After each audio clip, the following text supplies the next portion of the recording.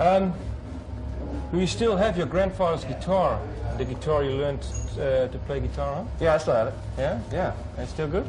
Yeah, it's a little shot, but you know, it's really old, you know, so I don't play it much. I just have it.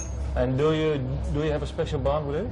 Well, of course, yeah, man. It's the first instrument I played, and you know, that was the first guitar I ever played. So, of course, yeah. Okay. And what was the first song you learned on the guitar? Oh man, I really never studied songs. I just kind of, you know, fucked around with it until I'm basically self-taught on it. So I never really played any songs. I started writing riffs at a young age. And what was the first riff song-based song you wrote yourself? Oh, you know, it was so long ago, man. I remember what song it was, and it was ended up being in one of my, you know, just metal bands in grade school. So I didn't really have a name. Okay. And do you still remember listening to your first Kiss song? It's a good question, actually. It was the first record I ever bought with my own money was Kiss Alive, so that would have been Deuce then. So.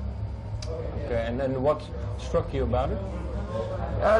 Basically, it was just like the hype, you know, when I'm young and everything, you know, like hearing about this band and everything, and obviously their image, you know, was very striking at a very young age for me. So that was probably, you know, the reason for getting into them initially. Okay, and what is the going to Slipknot? What is the break taught you about Slipknot? The break? Yeah, the break between Iowa and this album.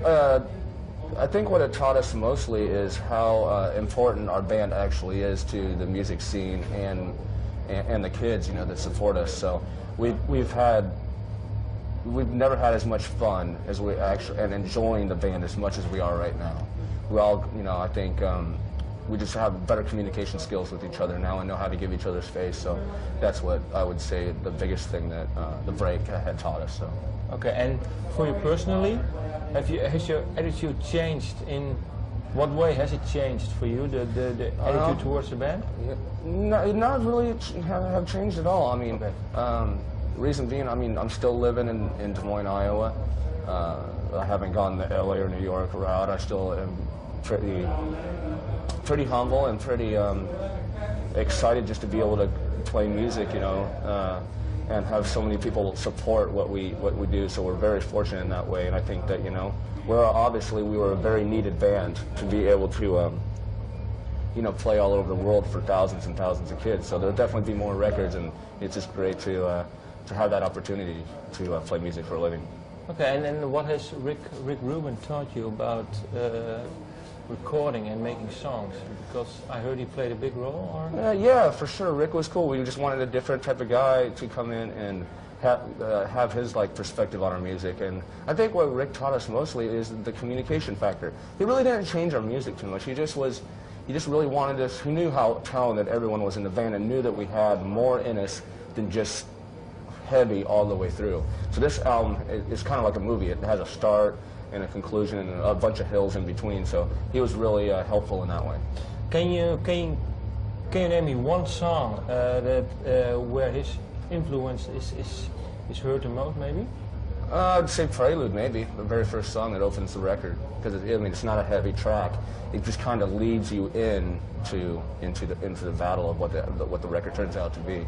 It was kind of cool. I thought, you know, not open the record completely just fucking heavy, you know, because I mean I think that it was expected. And I think the way it leads into Blister, you know, I think, you know, he had a really big influence on Prelude.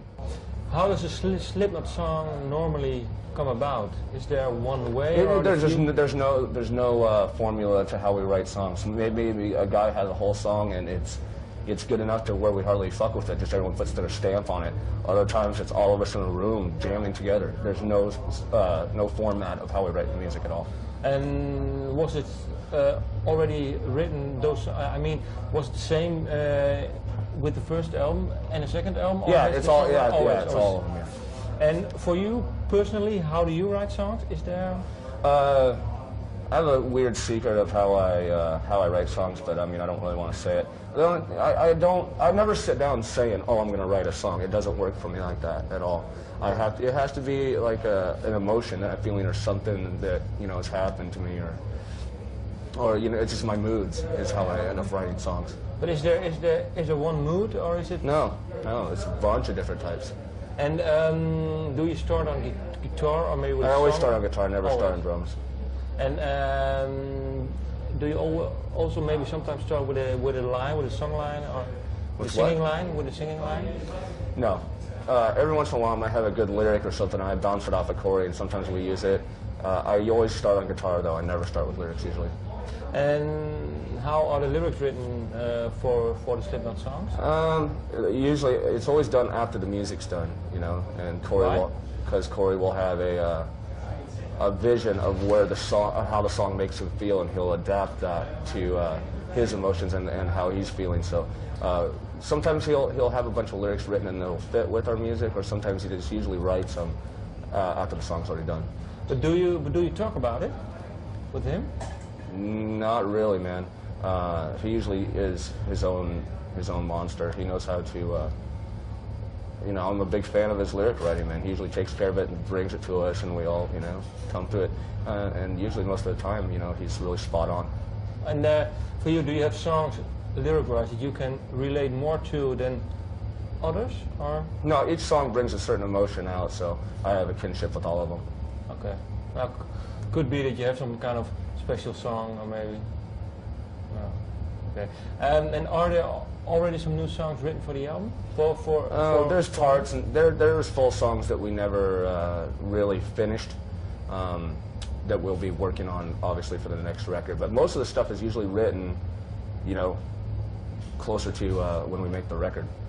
Okay, and the songs that you are working on now that have been written already for some other stuff, is there? Why didn't you include them on the previous albums? It's just, you know, if it makes it, it makes it. If it doesn't, it doesn't. It just depends on if it works with the rest of the songs or not.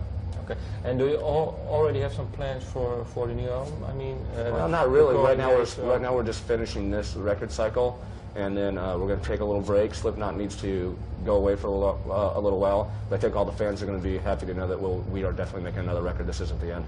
Okay. And last question about playing live. Did it change for you between, let's say, the tour for Iowa, after Iowa, and this tour? What have the changes been while touring? I just think that, you know, we're more, I don't know, man. We just love playing live. That's really what it comes down to, and we all, you know, have a high respect for each other and each other's talent. So I think that, like I said, being able to get on stage and play music together is the best thing about it. Nothing's really changed. And for you, what is the best thing, playing live or seeing the crowd, man? Yeah? That's all. I mean, without the crowd, you know, it's lame. You know, they are the show to me. You know, it's like we might be other guys on stage, but every show is special. Like when the crowd is completely into it. So that's I think they're the real stars of the show. Okay. Thank you. Yeah, man.